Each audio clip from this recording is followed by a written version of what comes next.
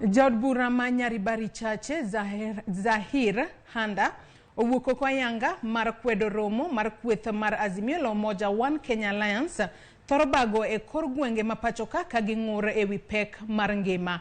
Handa wacho ni piny owacho mar Kenya Kwanza nokawo telo e kinde mane pek mar ngima nitiere, kendo sirikal mar William Ruto dhi mbele kod chenro mar yudo duoko makare e wi pek mar uchumi. Jaod burano oseyo tend Azimio kuom rem nywako e chenro mag kelo fungruok ne oganda, ka omedo ni gichoko ji to ok gimigi kony mora mora. The President of the Republic of Kenya, William Samoei Ruto, is a man that demystified the politics of blackmail.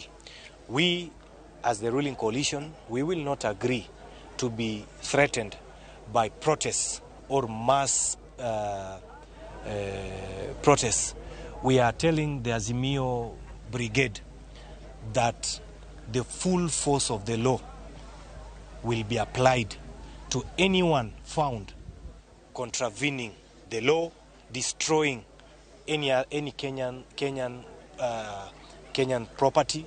We will not take it lightly. The president just came to office. We inherited a dilapidated economy.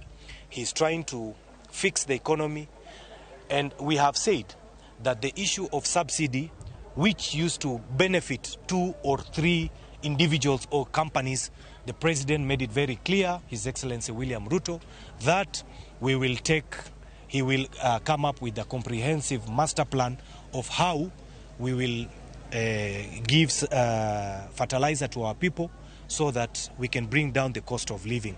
On this other issue of Azimio, I want to tell Azimio that if you have no business to do, then don't do it in Kenya. We are ready for you. We are not going to have a handshake. Here, I can assure you, there is nothing like that.